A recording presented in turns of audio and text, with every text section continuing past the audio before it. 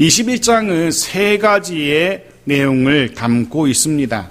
먼저 첫 번째 내용은 이제 밀레도를 떠나서 약 1000km에 이르는 가이사라까지의 여행을 기록하고 있고요. 이 여행을 좀 더 세분하자면 나누자면 밀레도를 출발한 바울과 일행들의 두로까지의 여행, 그리고 두로를 출발해서 이번에는 가이사라에 도착하는 이 두 가지의 여정으로 21장에 기록되어 있습니다.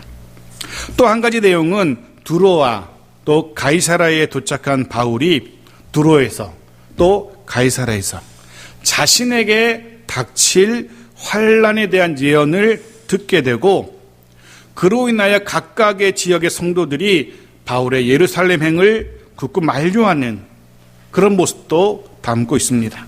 그리고 마지막 세 번째 내용은 그럼에도 불구하고, 즉 곳곳에서 만류하는 성도들의, 제자들의 만류에도 불구하고 바울이 결국 예루살렘에 도착하는 장면을 기록하고 있고, 그리고 정말로 그곳 예루살렘에서 붙들리는 장면까지 이렇게 세 가지의 내용을 담고 있죠. 즉 21장은 예루살렘까지의 여행 이야기, 그리고 그 여행 가운데 만나게 되는 성도들과의 에피소드 이야기들, 그리고 마지막엔 그런 만류에도 불구하고 예루살렘에 도착해서 결국 붙들리는, 결박당하는 바울의 이야기, 이렇게 세 가지 내용을 담고 있습니다. 그중 오늘 본문은 밀레도에서 에베소의 장로들과 헤어진 바울이 예루살렘을 향해서 항해를 시작하는 장면으로 시작합니다. 이 항해는 그의 선교 여행의 마무리, 끝이라고 할 수 있습니다. 1차, 2차, 3차의 그 길고도 길었던 선교의 여정이 막을 내리는 장면이라고도 할 수 있습니다. 이 항해를 끝으로 바울은 예루살렘에서 붙들리게 되고, 줄곧 그 뒤로는 죄수의 신분으로 로마로 가게 되고, 그리고 후에는 로마에서 순교의 제물이 되기 때문에, 아마도 오늘 본문의 내용으로 신문의 기사를 싣는다면은 아마 제목을 이렇게 정할 수 있을 겁니다. 바울 두로에 도착하다라고 신문의 제목을, 큰 기사를 정할 수 있을 겁니다. 자, 과연 그 가운데 어떤 일들이 벌어지는지 말씀을 보겠습니다. 1절입니다. 같이 읽죠. 시작. 우리가 그들을 작별하고 배를 타고 바로 고스로 가서 이튿날 로도에 이르러 거기서부터 바다라로 가서, 사도행전의 저자인 누가를 포함한 바울의 일행이 밀레도에서 에베소의 장로들과 작별하고 항해를 시작합니다. 본문에 사용된 작별이라는 단어는 딱 붙어있는, 애지간해서는 떨어지지 않는 무언가를 억지로 잡아떼는 그런 장면을 묘사하는 단어입니다. 바울과 에베소의 장로들의 이별을 그렇게 묘사하고 있어요.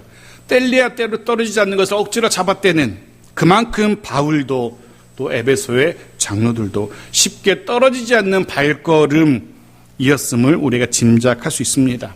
하지만 성령의 인도하심임을 알았기 때문에 그런 아쉬움을 뒤로하고 바울이 항해를 시작하는 겁니다.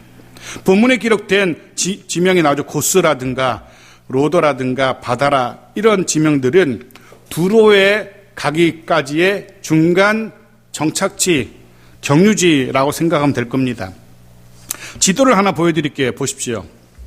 지도가 잘 보이시는지 모르겠습니다. 왼편에 에베소 밑에 있는 밀레도가 보일 겁니다.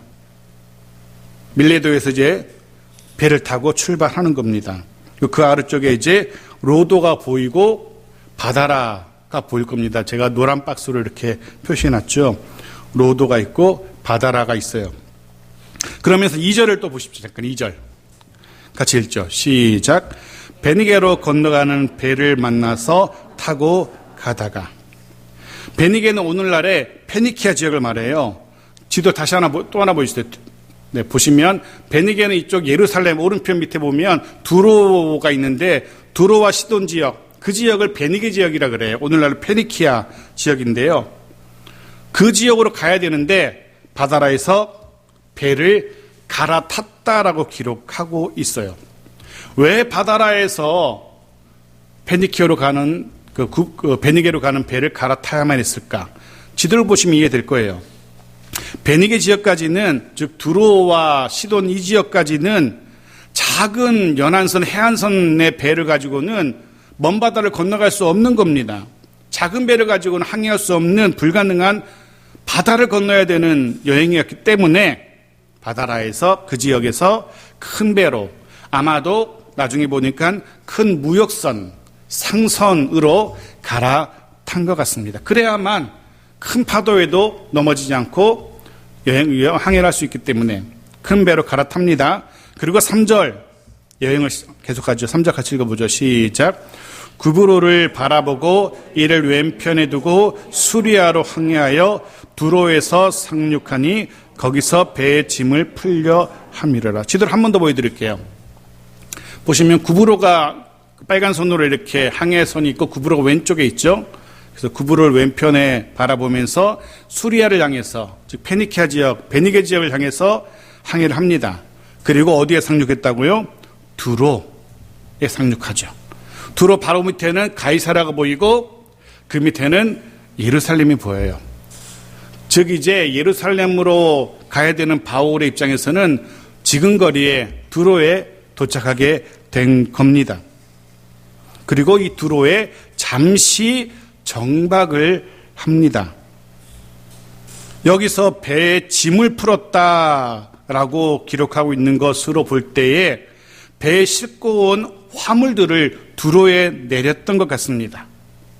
기록을 찾아보면 당시 두로는 당시 최고의 해운도시, 해양도시였다고 합니다. 이 지중해 지역에 해상 운수를 독점하다시피 했던 곳이 바로 두로였어요. 여기에 싣고 왔던 짐을 내리고 두로에서 또 다른 짐을 싣고 하는 작업이 일주일 정도 걸립니다. 그만큼 큰 배를 타고 이곳에 도착한 것 같아요. 두로는 사실 구약 성경에도 이미 해상무역이 발달한 도시로 이미 기록되어 있어요. 솔로몬이 성전을 건축할 때 필요한 목재를 두로에서 실어오는데, 예루살렘까지 실어오는데 어떻게 실어오느냐 면 보십시오. 열왕기상 5장 9절 말씀 보십시오. 앞부분만 볼게요. 같이 읽죠. 시작. 내 종이 레바논에서 바다로 운반하겠고 내가 그것을 바다에서 뗏목으로 엮어 당신이 지정하는 곳으로 보내고 거기서 그것을 풀리니. 두로 왕 히람이 솔로몬에게 이야기한 말입니다. 그의 말 속에 필요한 목재를 바다로 운반하겠다라고 말하는 것을 볼 수 있어요. 이미 그 시절에 두로는 인근의 다른 도시들보다 이런 바다를 이용한 해상무역이 발달한 도시였고 또 그로 인해서 아주 부유한 부를 측정할 수 있었던 그런 도시였어요. 그런데 이 도시가 다른 도시보다 더 무역에 발달하고 더 부유한 도시였지만 오히려 더 타락한 도시이기도 했어요. 마태복음에서 주님은 이렇게 지적하시는데요. 마태복음 11장 21절 22절 말씀을 같이 읽어보죠. 시작. 화 있을진저 고라시나 화 있을진저 벳세다야 너에게 행한 모든 권능을 두로와 시돈에서 행하였더라면 그들이 벌써 베옷을 입고 제에 앉아 회개하였으리라. 내가 너희에게 이르노니 심판날에 두로와 시돈이 너희보다 견디기 쉬우리라. 말씀을 듣고도, 주의 말씀을 듣고도 회개하지 않는 고라신과 벳세다를 책망하는 주님의 음성인데요. 이 책망 속에 애꿎은 두로와 시돈이 나와요. 그러면서 이런 의미죠. 심지어 두로와 시돈도 이 정도 말씀이면 회개했을 텐데 너네는 왜 회개하지 않니? 라는 책망이에요. 무엇을 할 수 있어요? 두로와 시돈도 못지않게 죄로 가득한 도시였다는 사실을 우리는 짐작할 수 있는 겁니다. 실제로 당시에 해양 도시들이 대부분 그랬던 것처럼 무역이 발달한 대부분의 도시, 고린도도 그렇고 에베소도 그렇고 돈이 많은 도시는 왜 그런지 그렇게 쉽게 타락하는 것 같아요. 그게 진리인 것 같습니다. 지금도 그렇잖아요. 다는 아니지만 돈 많은 이들이 훨씬 더 타락한 모습들을 우리가 쉽게 보지 않습니까? 두로 역시 해상 도시들처럼 여러 나라의 신들을 빨리 접할 수 있었고 그런 신들을 섬겼고 그로 인해서 다른 어느 도시들보다 더 도덕적으로, 성적으로, 종교적으로 타락한 도시였습니다. 해서 드는 생각, 또 늘 드리는 말씀이지만 다시 한번 반복합니다. 주님이 은혜 주셔서 잘 될 때 더더욱 겸손해야 되지 않을까라는 생각, 주님이 복 주실 때 더더욱 낮아져야 된다는 그런 생각을 하게 되었습니다. 주님이 길을 열어주셔서 형통하게 하시면 하실수록, 바빠지면 바빠질수록 더 주의 말씀 앞에 더 오래 머물려고 애쓰는 사람들이 되어야 됩니다. 잘 나간다고, 일이 잘 된다고 교만할 것이 아니라, 주님을 멀리할 것이 아니라 더 주님을 가까이 하기에 더 애써야 돼요. 그럴 때에 더 큰 은혜와 복을 누릴 수 있게 될 겁니다. 그럴 때에 더 놀라운 주님의 형통을 경험하게 될 겁니다. 우리 모두 그럴 수 있기를 주의 이름으로 당부합니다. 여하튼 두로에서 짐을 내리고 싣기 위해서 일주일 동안에 배가 정박해야 돼요. 그래서 바울 일행도 거기서 내려요. 내려서 무엇을 하는지 4절 말씀 보십시오. 같이 읽죠. 시작. 제자들을 찾아 거기서 이래를 머물더니 그 제자들이 성령의 감동으로 바울더러 예루살렘에 들어가지 말라 하더라. 바울과 동행한 일행들이 두로에 내려서 뭘 합니까? 주의 제자들을 찾습니다. 본문에 사용된 찾다라는 단어는 찾도록 찾는, 좀처럼 찾기 힘든 사람들을 찾을 때 여기저기 수소문해서 찾아 나서는 모습을 묘사하는 그런 단어예요. 무엇을 짐작할 수 있습니까? 이거 두로에서는 주의 제자들 찾기가 쉽지 않았다는 거예요. 오늘날로 말하면 교회당 찾기가 쉽지 않은 거죠. 어디서 예배를 드리는지, 누가 예배를 드리는지 찾기가 쉽지 않은 거예요. 아마 여러 가지 이유가 있을 겁니다. 말씀드린 것처럼 두로는 세상 온 곳에, 온 나라의 우상들이 다 모여있는 곳이기도 했고, 그러다 보니까 그런 환경 속에서 자신이 주의 제자라는 사실을 드러내기가 쉽지 않았기 때문일 겁니다.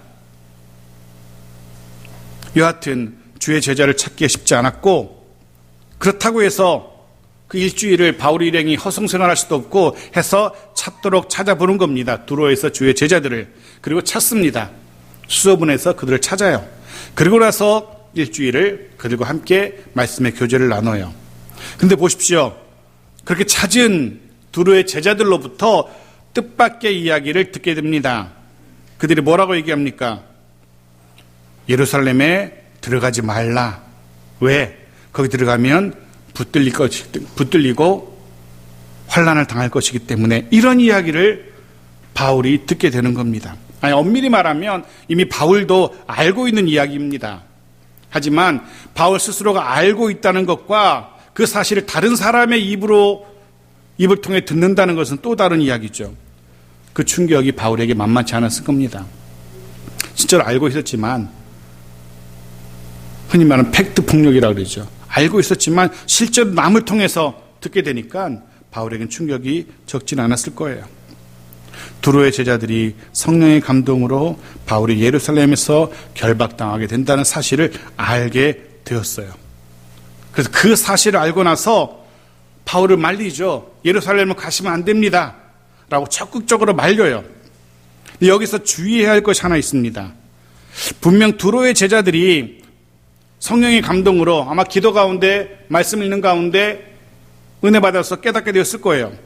바울의 환난과 결박에 대해서 알게 되었어요. 하지만 그렇다고 해서 바울더러 가지 마시라고 말교하는 것은 성령의 인도하심이 아니었습니다. 그게 성령의 뜻하심은 아니었어요. 이런 거죠. 성령의 뜻하심을 알게 된다는 것과 그 성령의 뜻하심대로 순종하고 따른다는 것은 별개의 문제라는 겁니다. 이게 이해되십니까? 여러 가지 경로를 통해서 성령이 은혜 주셔서 성령의 뜻을 발견할 수도 있어요.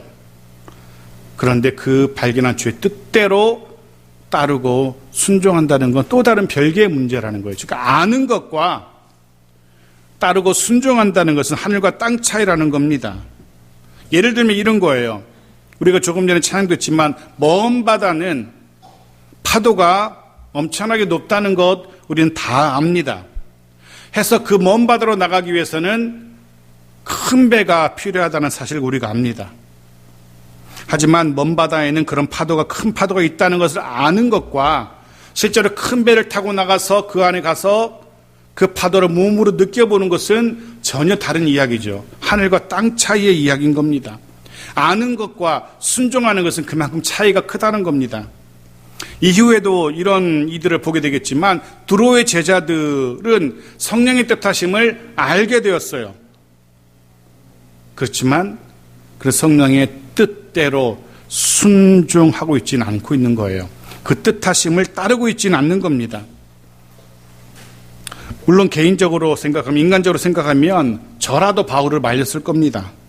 저 역시 그 상황이라면 바울더러 예루살렘에 가지 마시라고, 그냥 우리와 함께 있자라고 했을지도 모르겠어요. 아마 여러분도 그랬을 겁니다. 바울을 아끼고 사랑하기 때문에 그가 결박당하는 거 뻔한데, 그 환난당하는 거 뻔한데 그 뻔한 길을 가라고 내버려 두지는 않을 겁니다. 하지만 분명한 사실은 그래서는 결국 성령의 뜻하심을 이룰 수 없습니다. 즉 성령의 열매를 맺을 수 없다는 겁니다. 인간적인 감정을 우선해서는 결코 주의 일을 이룰 수 없다는 것을 우리는 압니다. 해서 바울도 그와 같은 사실을 알았기 때문에 성령의 감동으로 알게 된 자신의 결박, 자신의 환난 피하지 않고 있는 겁니다. 그래야 주의 뜻을, 주의 사명을 이룰 수 있다는 사실을 바울은 알고 있었기 때문입니다. 분명 나를 향하신, 우리를 향하신 성령의 뜻하심 아는 것, 그거 쉽지 않습니다. 그거 아는 것도 참 대단하고 감사한 일이에요. 하나님 뜻이 무엇인지 발견하는 것 참 귀하고 복된 일입니다. 하지만 그 뜻하신 대로 내가 깨닫게 된 성령의 뜻하심, 나를 향하신 성령의 뜻하심, 인도하심, 그거대로 순종하는 건 더더욱 어렵습니다. 하지만 그럼에도 불구하고 우리는 순종해야 합니다. 분명 쉽지 않지만, 쉽지 않기 때문에 순종하는 거죠. 쉬운 거면 순종할 건 뭐 있어요? 그냥 하면 되는 거죠. 그렇게 나를 향하신 주의 뜻을 발견하고 깨닫게 되어지고, 쉽지 않지만 그 뜻에 순종할 때, 그때 주의 뜻을 이룰 수 있는 겁니다. 그럴 때 우리를 향하신 더 크고 놀라운 주의 일하심도 우리가 볼 수 있게 될 겁니다. 조금 전 우리가 부르던 찬양의 가사처럼 순종을 통해 더 큰 은혜의 바다로 나아가는 우리 모두이기를 소원합니다. 그리고 그로 인하여 더 큰 하나님의 은혜, 우리가 이전에는 누리지 못했던, 이전에는 보지 못하고 경험하지 못했던 그런 은혜를 순종을 통하여 경험하게 되어지기를 주의 이름으로 축복합니다. 분명 쉽진 않겠지만 나를 향하신, 우리를 향하신, 우리 가정과 교회를 향하신 주의 뜻을 발견하고 그 뜻하심에 온전히 순종하는 우리 모두이기를, 그래야 더 놀라운 주님의 복과 은혜를 누리게 되는 우리 모두이기를 주의 이름으로 축복합니다.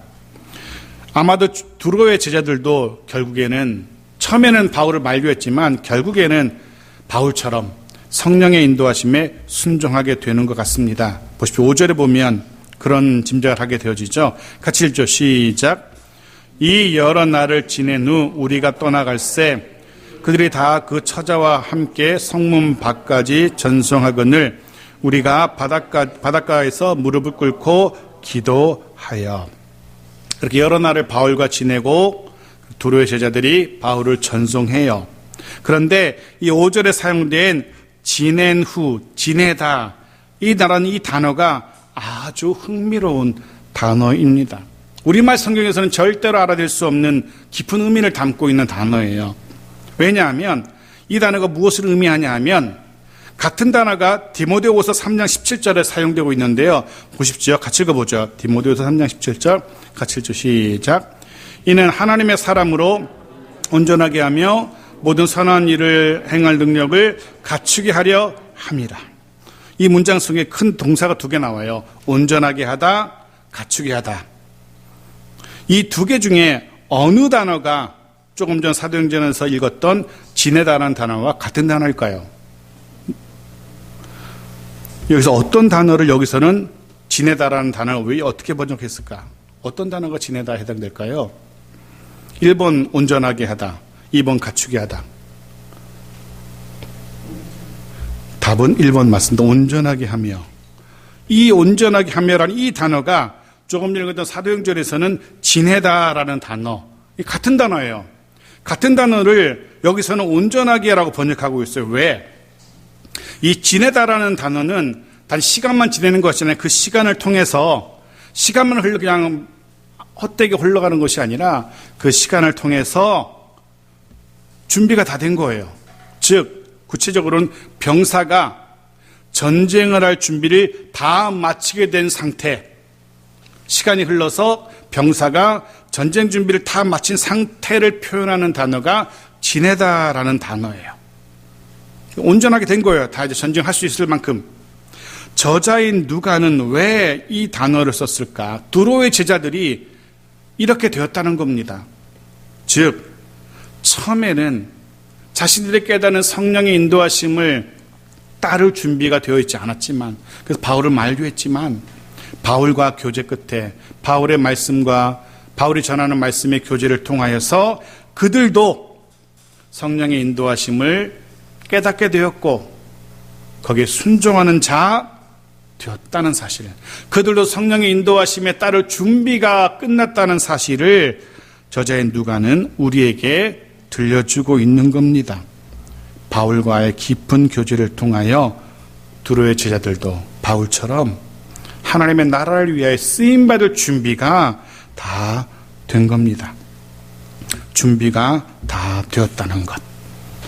정말로 귀하고 복된 상태일 겁니다. 준비가 끝났다. 준비가 다 되었다.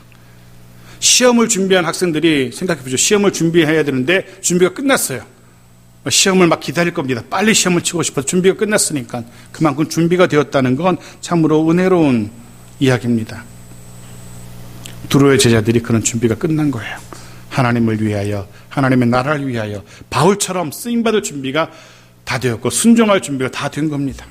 사랑하는 성도 여러분, 우리도 그럴 수 있었으면 좋겠습니다. 주의 말씀을 통한 깨달음을 통하여 성령의 깨닫게 하심을 통하여 우리도 주의 뜻에 순종할 준비가 다 된 그런 우리 모두이기를 소원합니다. 때로는 우리가 깨닫게 된 주의 뜻하심이 바울의 경우처럼 나의 결박이라 할지라도, 깨닫게 된 주의 뜻이 나의 환난이라 할지라도 그것이 주의 뜻하심이라면, 그 주의 인도하심이라면 그 뜻에 온전히 순복하기로 준비가 끝난 자들 되어주기를, 주를 위하여 그의 나라와 영광을 위하여 차곡차곡 하루하루 잘 준비해가는 우리 모두이기를 간절히 소원합니다. 준비가 잘 되어서 주님이 우리를 쓰시기에 전혀 불편하지 않도록, 얘를 썼다가 실패하면 어떡하지? 준비가 덜 된 것 같은데 어떡하지? 이렇게 부담스러운 존재가 아니라 언제든지 어느 때든지 어떠한 일이든지 주님이 쓰실 만큼, 쓸 수 있을 만큼 준비가 잘 되어가는 그런 우리 모두에게를 간절히 소원합니다. 또 한 가지, 5절은 주 안에서, 주의 뜻 안에서 하나 된 이들의 아름다운 작별도 기록하는데요. 5절 말씀 다시 보십시오. 5절 다시 한번 읽어볼까요? 시작. 이 여러 날을 지낸 후 우리가 떠나갈새 그들이 다 그 처자와 함께 성문 밖까지 전송하거늘 우리가 바닷가에서 무릎을 꿇고 기도하고. 두로의 성도들이 심지어 그의 아내와 아이들까지 바닷가까지 따라와요. 성경에 그 공동체, 기독교 공동체 가운데 아이들도 있었다라는 것이 등장하는 첫 번째 기록이에요. 놀랍게도 두로의 제자들에게는 아이들도 신앙을 가지고 있다는 사실, 물론 그랬겠지만 기록으로 등장하는 것, 이 두로의 제자들 처음이에요. 그 의미가 있는데 여하튼 그의 아내들과 자녀들까지 나와서 바울을 배웅해요. 그리고 무릎을 꿇고 기도합니다. 지난주 우리는 밀레도에서 바울과 에베소 장로들이 헤어지면서 무릎을 꿇고 기도하는 모습 우리가 보았어요. 그 장면처럼 이 장면 역시 대단히 낯선 장면일 겁니다. 분명 이 장면은 배를 타기 위해서 모여든 이들과 그들을 배웅하기 위해서 모였던 수많은 사람들의 이목을, 주목을 끌기에 충분했을 겁니다. 그만큼 특이한 장면이었어요. 물론 지금은 그렇지 않지만 지난주 말씀처럼 당시에는 이방인들도 그들도 이방신을 섬길 때 서서 기도해요. 유대인들도 그랬고요. 무릎을 꿇고 기도한다는 것은 그 당시에는 그런 모습은 없었던 겁니다. 그것도 특이하죠. 게다가 생각해 보십시오. 이들이 기도할 때 자기들만 들리도록 소곤소곤 그렇게 기도하지도 않았을 겁니다. 생각해 보십시오. 다시 볼 수 없는 이별을 앞둔 이들입니다. 그런 이들이 서로를 위해서 기도하고 있어요. 다시 볼 수 없어. 지금 헤어지면 다시는 못 보는 그런 상황에서 서로를 위해서 기도해요. 생각해 보십시오. 얼마나 간절하게 부르짖으며 기도했을지 해서 분명 주변 사람들이 이들을 쳐다보게 되었을 겁니다. 하지만 바울과 또 두로의 제자들은 그런 세상 사람들의, 주변 사람들의 시선에 개의치 않습니다. 생각해 보십시오. 조금 전 저는 두로의 제자들 바울 일행이 찾도록 찾아야만 할 정도로 드러나지 않는 사람들이었다라고 말씀을 드렸어요. 아마도 이전까지 두로의 성도들은 자신의 신앙이 드러나는 것 굉장히 부담스러워했을 겁니다. 그 공동체에서는, 두로라는 지역에서는 자기 신앙을 드러내는 것이 너무나 불편하잖아요. 조심도 해야 되고 우상으로 가득한 곳에서, 막 살아가는 사람들이 많은 곳에서 자신의 신앙을 드러내고 산다는 것은 대단히 불편한 일일 겁니다. 가끔 저도 저희 동네에 살 때 혹은 또 어디에 갈 때 제가 목사임을 드러내는 것이 조금 부담스러울 때가 있어요. 드러내는 순간 제 행동은, 제 말과 행동은 그만큼 제한이 되기 때문에. 두로의 성도들이 지금까지는 그들의 신앙을 드러내는 것 부담스러워 했을지 모릅니다. 하지만 바울과의 교제는 이들을 변화시키죠. 전혀 다른 모습으로, 완전히 변화된 모습으로 우리에게 보여집니다. 주변 세상 사람들의 시선은 개의치 않고 무릎 꿇고 간절히 기도하는 이들의 모습. 그러면서 우리의 모습을 한번 생각해 보길 원합니다. 여러분의 모습을 한번 돌아보시기 바랍니다. 자주 드리는 말씀이지만 정말 바라기는 정말 세상 사람들 앞에서도 담대한 우리 모두이기를 소원합니다. 그렇다고 유별나게 행동하라는 게 아닙니다. 사람들에게 민폐 끼치라는 건 절대로 아닙니다. 다만 세상 앞에서도 우리의 신앙을, 나의 주 예수 그리스도를 선명하게 드러낼 수 있었으면 좋겠습니다.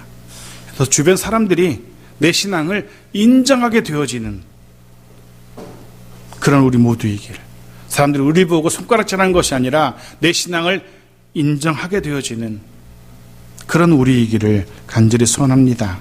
또 한 가지, 마지막으로 5절의 본문을 읽으면서 그런 생각을 해보게 됩니다.